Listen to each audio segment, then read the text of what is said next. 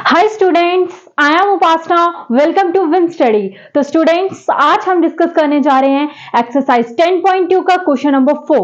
तो students start करते हैं। क्वेश्चन नंबर 4 में हमें क्या बोल रहा है? बोलता prove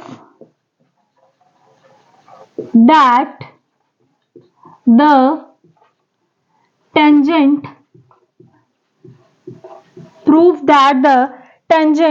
drawn at the ends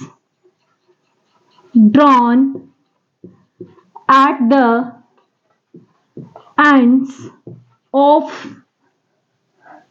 a diameter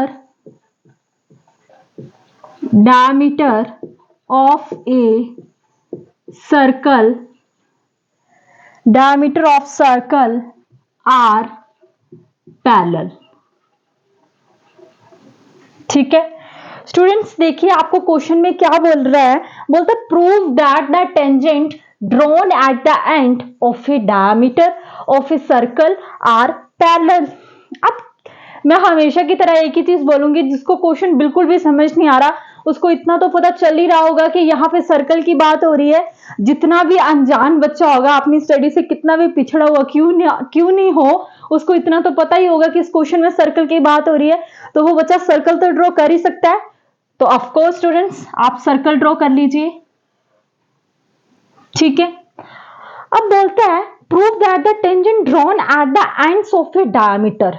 अच्छा बेटा, अब सर्कल है तो उसका डायमीटर भी होगा कुछ, है ना। तो डायमीटर कैसे होता है? जैसे मान लो मैं एक सर्कल बना देती हूँ बेटा, है ना। तो आपको कुछ भी क्रैम करने की जरूरत नहीं है। पहली बात तो ये मैं आपको हमेशा बोलती हूँ कि 50% जो आंसर है वो आपके क्वेश्चन में ही होता है, अगर आप क्वेश्चन को अच्छे से रीड कर ले, है ना। तो देखो बेटा, ये सर्कल है जहां तो इसका डायमीटर इस तरीके से होगा, जहां तो इसका जो डायमीटर है वो इस तरीके से होगा, जहां फिर इसका डायमीटर इस तरीके से होगा, यही होगा। अब बोलता proof that the tangent drawn at the ends of a diameter of a circle are parallel. कि आपको दो टेंजेंट बनानी है, किस पे? सर्कल पे, और प्रूफ करना है कि वो एक दूसरे के क्या है? पैरेलल है। अब टेंजेंट के बारे में तो मैंने कितनी बार डिस्कस कर लिया आपके साथ, है ना। तो थ्योरम 10.1 भी पढ़ी थी आपने, जो कि बोलती थी the tangent at any point of a circle is perpendicular to the radius through the point of contact, जो भी ब्ला ब्ला ब्ला, है ना। ये सारी चीजें आप डिस्कस कर चुके हैं। तो देखो बेटा, टेंजेंट जहां तो इस तरीके से होगा ये पैरेलल, जहां फिर इस तरीके से बोल रहा होगा कि ये पैरेलल हो।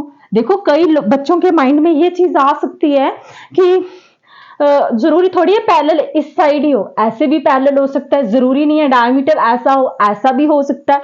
लेकिन दोनों में से तो हमें एक ही लेना है, क्योंकि हमें एक ही चीज प्रूफ करनी है ना। तो मैं क्या करती हूँ, दोनों में से एक सर्कल ये रख लेती हूँ। तो मैंने रख लिया ये सर्कल, आप कुछ भी कर सकते हैं।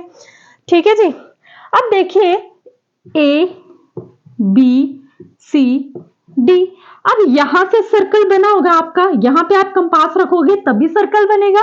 ये आपका क्या होगा बेटा? O पॉइंट होगा।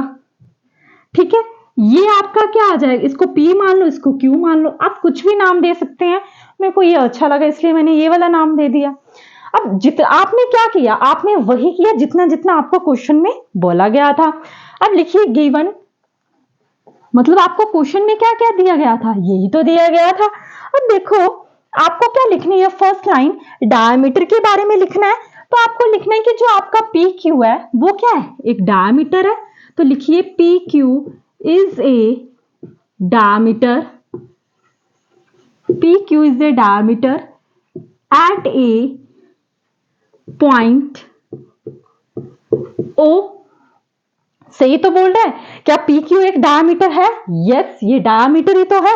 तो मैंने लिख दिया P Q is a diameter at a point O, ये ओ हो गया। ओके, अब दूसरी लाइन क्या लिखेंगे? आपको किसी भी लाइन को, मैंने देखा है स्टूडेंट्स क्या करते हैं, जो इंग्लिश वाली लाइन है उनको क्रैम कर लेते हैं। बेटा हर एक चीज में आपका मीनिंग छिपा है। तो मैंने जो फर्स्ट लाइन लिखी, आपको इसमें कुछ भी क्रैम करने की जरूरत नहीं है। पी क्यू एक डायमीटर है, P Q is a diameter, simple. किस पे पॉइंट पे है? ओ पॉइंट पे, आपने लिख दिया पॉइंट ओ पे। इसमें कुछ भी क्रैम करने की जरूरत नहीं है आपको। आगे देखो, आगे लिखना है A B. A B is a tangent क्या ए बी टेंजेंट है? यस, टेंजेंट है। क्या मैंने आपको थ्योरम 10.1 में नहीं बताया था? ये टेंजेंट ही तो है, ये टेंजेंट ही है। तो A B is a tangent at point P. तो लिख लीजिए A B is a tangent at a point P. आगे लिखिए C D is a tangent at a point Q. C D क्या एक टेंजेंट है और किस पे बन रहा है वो? पॉइंट क्यू पे। ओके, इतना तो आपने लिख लिया। अब आपको प्रूफ क्या करना है? आखिरकार आप इतना माथाबोची कर क्यों रहे हैं? किस चीज के लिए कर रहे हैं ये भी तो पता होना चाहिए। हम इतना कुछ इसलिए कर रहे हैं ताकि आप क्या कर सको, प्रूफ कर सको कि जो ए बी है, जो कि आपकी पैरेलल लाइंस है, सर्कल के ऊपर जो आपकी पैरेलल लाइंस है वो एक दूसरे के क्या है? पैरेलल है। ठीक है, तो क्या लिखेंगे आप प्रूफ में? क्या लिखेंगे बेटा आप? A B parallel C D, यानी कि ए बी और पैरेलल सी डी, मतलब ये दोनों एक दूसरे के पैरेलल है, ये आपको प्रूफ करना है। मैंने आपको प्रीवियस क्वेश्चन में भी बताया था। ऐसे तो कई स्टूडेंट्स बोल रहे होंगे कि ये पैरेलल दिख रहा है, लेकिन दिखने में क्या होता है? प्रूफ देना पड़ता है ना, उसी तरीके से हमें प्रूफ देना पड़ रहा है। ये आगे आपका। ठीक है, अब देखो बेटा, क्या आपको याद है मैंने आपको थ्योरम 10.1 में क्या बताया था? थ्योरम 10.1 में ऐसे करके कोई सर्कल था और उसकी जो हाफ रेडियस होती थी ये ऐसे टेंजेंट बन रहा था, और यहां पे क्या था? 90 डिग्री। यहां पे क्या था? 90 डिग्री का एंगल था। ये हाफ रेडियस की बात हो रही थी थ्योरम 10.1 में। तो क्या मैं ऐसे लिख सकती हूं? मान लो इधर देखो, इसको मैं मीट करवा दूं। अब अगर ये इतना इतना हाफ रेडियस है तो इसके ऊपर भी तो टेंजेंट है मेरा।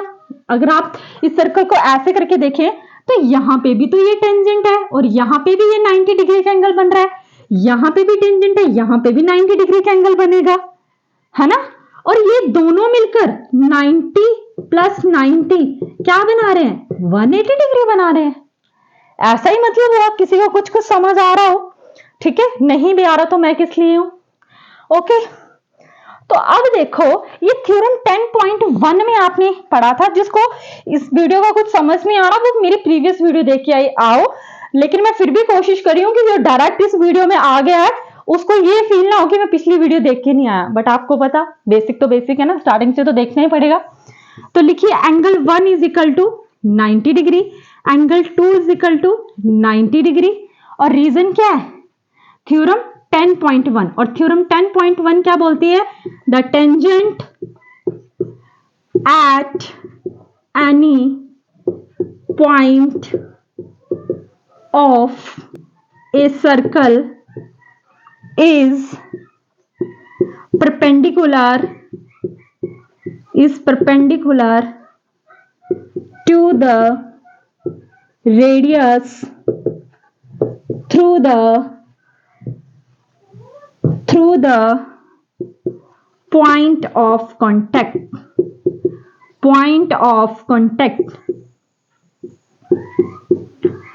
देखो कोई भी स्टूडेंट यहां पे रीजन में ये लिख के नहीं आएगा थ्योरम 10.1। ये गलती मत करना, आपको ये पूरा लिखना है।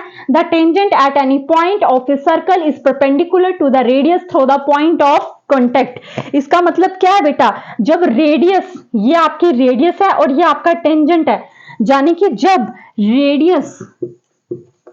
जब आपका रेडियस और टेंजेंट क्या करते हैं?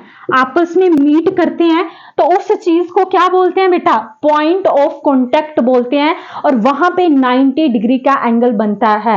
आई रिपीट अगेन, जब रेडियस और टेंजेंट आपस में मीट होते हैं तो उसे पॉइंट ऑफ कॉन्टेक्ट बोलते हैं। वहां पे 90 डिग्री का एंगल बनता है। और ये चीज मैं आपको बहुत बार दोहरा चुकी हूं। ठीक है, तो इसीलिए मैंने क्या किया, इसको मान लिया एंगल 1, इसको मान लिया एंगल 2। ये भी 90 डिग्री का एंगल बना रहा है और ये भी 90 डिग्री का एंगल बना रहा है, यानी कि angle 1 is equal to 90 degree, angle 2 is equal to भी आपका क्या हो गया? 90 डिग्री। और मैंने रीजन में क्या लिखा? The tangent at any point of a circle is perpendicular to the radius through the point of contact. ठीक है।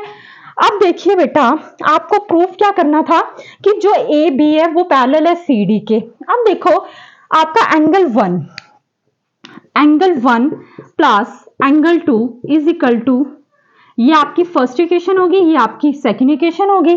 आपका एंगल 1 भी 90 डिग्री आ रहा है और एंगल 2 भी आपका 90 डिग्री आ रहा है, तो आप दोनों इक्वेशंस को ले लीजिए। अब देखिए एंगल 1 कितना आपका 90 डिग्री प्लस एंगल 2 भी कितना आपका 90 डिग्री, यानी कि angle 1 plus angle 2 is equal to 180 degree, यानी कि एंगल 1 प्लस एंगल 2 किसके इक्वल आ रहे हैं आपके 180 डिग्री के।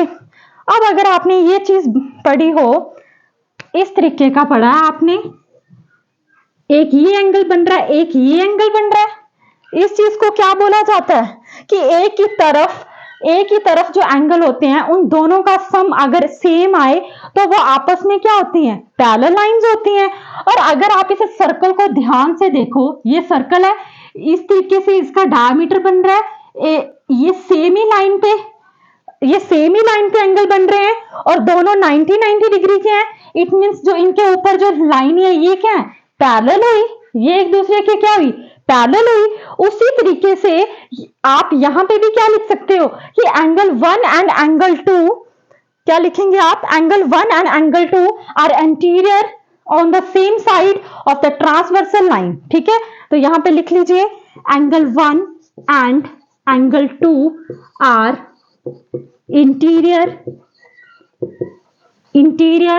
on the same side of transversal line